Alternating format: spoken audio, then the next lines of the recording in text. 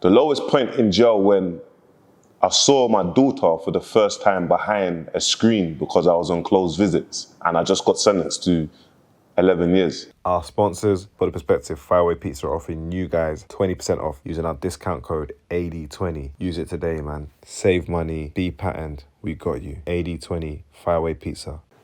Good afternoon, bouncer. What's going on, bro? What's going on, my bro? How are you? I'm good, man. Bro, we ain't in London this time. Dubai.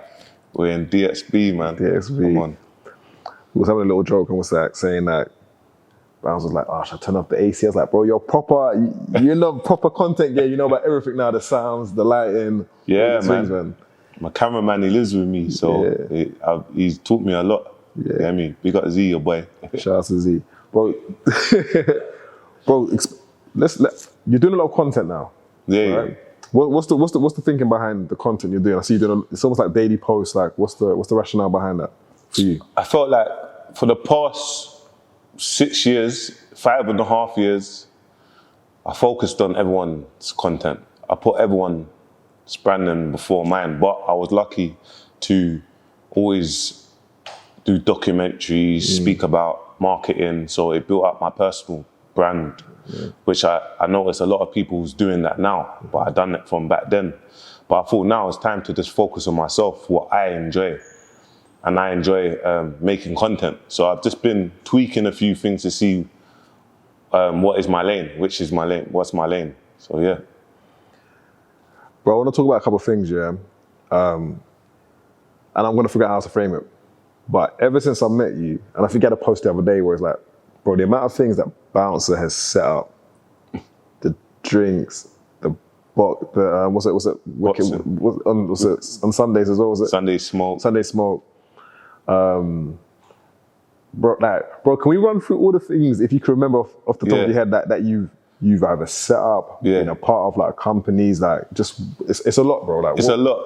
I think, obviously, coming out, management, obviously Dig That, Little Man, then you have Wicked and Bad Boxing, then you had Wicked and Bad Energy, then you have Sunday Smoke, you had the Come Up mixtape, like the DJ Khaled sort of stuff, the documentaries, obviously, there's so much things. I remember you're doing courses. Doing courses, education courses, music, trading, finance. So yeah, man, I've been working. Man. I've been staying consistent. Bro, you've been here for like maybe 18 months, right? When we was driving and we're just talking, and I was just like, you probably said this before, but what actually sparked for you to say, do you know what, I'm kind of like leaving the UK? Did you know you was leaving the UK? You just came here and just thought, I'm not going back? Like, no, I knew I was waiting to come off license. Done the big sentence. I was on license for 5.5 years. And I said, like, years ago, I want to move to Dubai. And then, to be honest, I'll be honest with you, in the UK, there's a lot of crabs in the bucket. Like, we don't like to support or help each other. And we say it, but there's no action. Like, there's no, yes, improve this. So for me, it was just like, look, I need to be around a different environment. There's a lot of low vibration. And my ceiling is not going to events every other week. Like, I'm a 35-year-old man. I need to make something of my life. So I just had to just go on my own journey. Bro, how and where we're from, bro, not many people are as transparent as you. Like, there's a toxic masculinity energy where it's like, man ain't gonna show this part. But like, you've shown, I think you're the most transparent person I know in the industry, do you get me? And I think, like, you and Cadet, same type of, like, will say what it is, you get me? R.I.P. Cadet. What made you feel, I don't know if it's comfortable, okay to say and show the ups and the downs, like the financial issues, like going back, living up with your mom, like all these things, bro? I feel like, well, if we're gonna grow, and I understand I've got a lot of the younger generation, but like watching me. So you have to be a good role model. And there's no point in leaving bits out. This is me. Like, this is what you're gonna get. Some people might not like me, and some people might. Do you know what I'm trying to say? But there's no point in me painting this facade. Like, I have different visions. Do you know what I mean? Like, where I was in prison, I didn't get introduced to spending £10,000 on tables in Libertine or Tape. That wasn't me. Do you get what I'm trying to say? So I don't live by that today, because it's not me. So I feel like it's very important for our culture to just open up, man. Yeah. The times when you first came into the management, I remember when we sat down, we had the interview at Universal, and I think that's obviously when you was working with Dig Dat. Then I think the second time we sat down is when you done the film with Spiller. I'm seeing what Spiller's doing now. He's doing amazing now. Doing amazing. But bro, like when you've had the times when it's gone bad, right? Obviously I know you're a prayerful man. You get me? You're big on your religion. But bro, how do you like, it's the word bouncer, but how do you bounce back, bro, when you hit those like rock bottoms? Bro, I'll be honest with you. I feel like I feel like prison, innit, has done that. Like, I've been at my lowest point in jail. There's nothing that can get worse than that place. So, what was the lowest point in jail though? The lowest point in jail when I saw my daughter for the first time behind a screen because I was on closed visits and I just got sentenced to 11 years. That was my lowest point in prison. So being done like that, like when you've been released 2013 and they're saying, you've been sentenced to, like you're in prison 2013 and they're saying, oh yeah, 2018 you're coming out. You know that you're in jail for the next 5 years. There's no point of you even counting the months or the years because you're there. So that's the lowest point. And then coming out and being not used to social media and understanding it was like, I take accountability because I didn't have, no one didn't give me no mediation. Like no one didn't give me training to how to speak to the public. So I'm learning as I go. So when I'm speaking, sometimes just don't speak. So I can understand why I may be misunderstood, or people might look at me like, nah, I don't really like bouncer. That's what I'm trying to say. But if you look at my whole image and look at everything that I've done, it's always to help people. Bro, the helping part of things, I think it's weird when you help people, but it can get confused where it's like, it can be turned against you, bro. Always.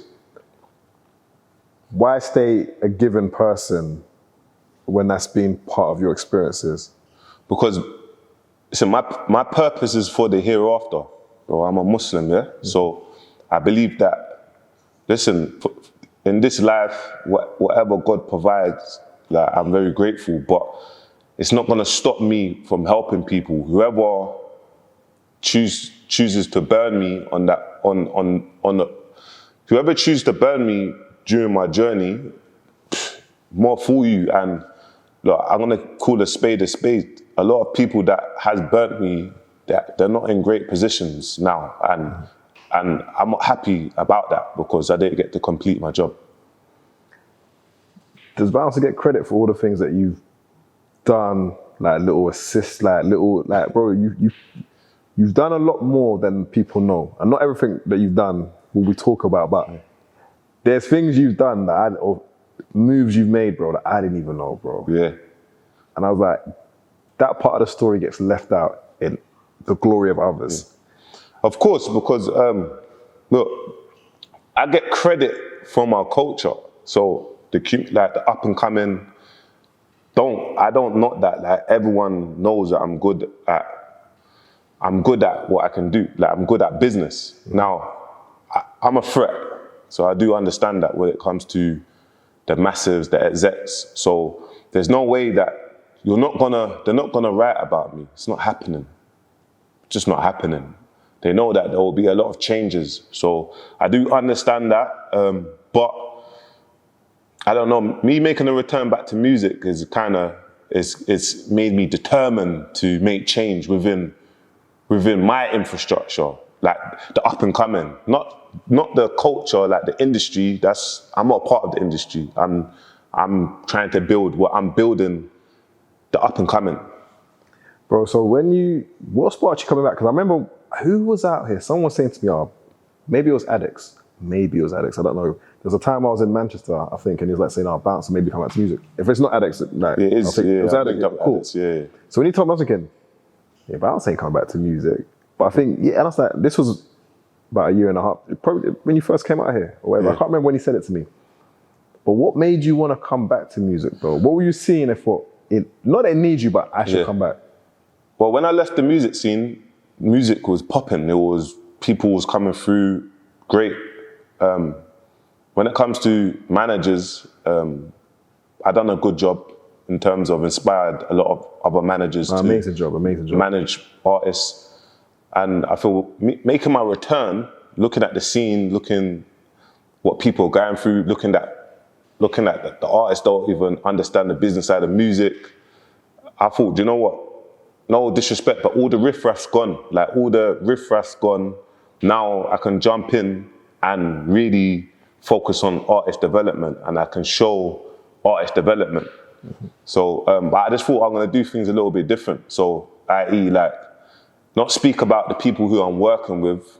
If you speculate, if you think it, whatever. Do you know what I mean? You think it, but I'm not gonna openly say, I've signed that person, I'm managing that person. I'm just gonna carry on. Evil eyes real, innit? So, yeah, man. When it comes to whispering in ears, I'm not here for that no more, man. But when the time when you were still managing, there was a lot of things that was happening. I remember like when we done our interview, and I think you said in other interviews when you gave the example of like things that people could ask for in their deals. Yeah. Almost like how the system is kind of like it's mad. It's incestuous, which means for a lot of people it's like it's too close to home. Like it's like you think this person they're connected in ways you don't know. Yeah. When you're, I won't say exposing it, when you're relaying what you're learning. Yeah. Does anyone say, yo, bounce? Yeah, bro, you too much. Too much, man. I feel like, well, I'm not included. I know I'm not included in the industry. Like, big shout out to GRM Posty. That's the only invitation that I'll get, the gala. But it's okay. You get me? Netflix. Was it Netflix? Not net. Is it net? No. The premiere Bad Boys. I got invited here. You get me? You get me? Will Smith. Martin Lawrence, I got invited, do you know what I mean, in Dubai. So I understand, and it made me think, like, if I was in the UK, there's no way that Bounce would ever be invited to these places. But I get it, because I'm like because I speak so I'm outspoken, innit? I understand they kind of don't know how to handle me or to take me, do you know what I'm trying to say? So for me, I just don't reach out to no one. When there's problems or something's happening, I know no one's not gonna help me. But I put it on myself, but I don't mind it. So I just crack on and just create my own lane. Well, just a couple of things I want to touch on, bro. Like, and it's kind of like going back on old ground. When you went into you saw the label structure system with Dig That, you saw the label structure system with Hardy, you seen how it's treated Krypton Conan, Heady One, like, just these people have made these companies millions of pounds, right? Yeah. What do you put that down to that the system can treat? It could do, look, the system can do anything they want, innit? And artists can't really speak up because they'll just get cancelled. That period. So for me, I can speak up because you can't cancel me.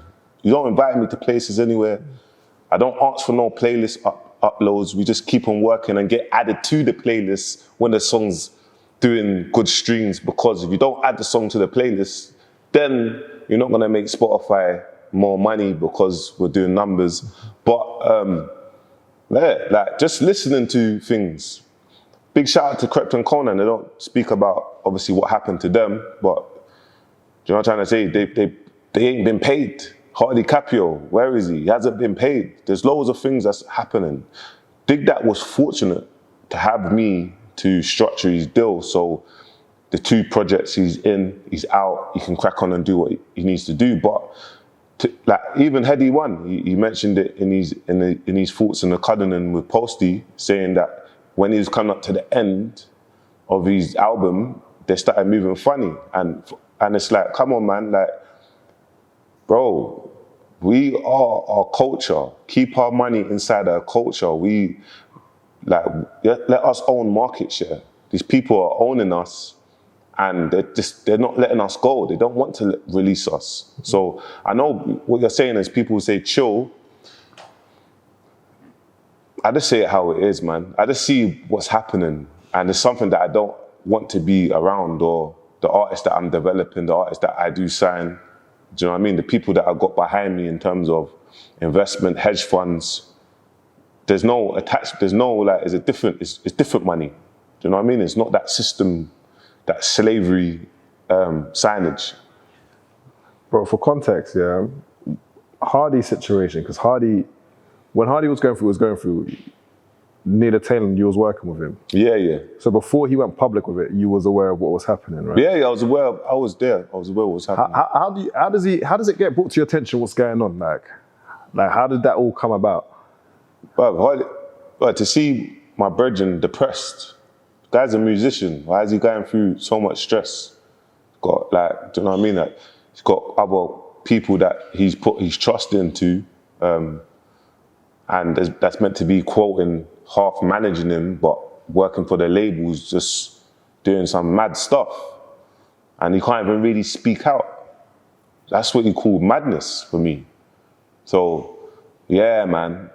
Then I see it, like, I see these same people, they hire the younger generation, the little black boys, make them feel like they're in good positions, and they go over and scout and sign the artists. Bro, I see it, man.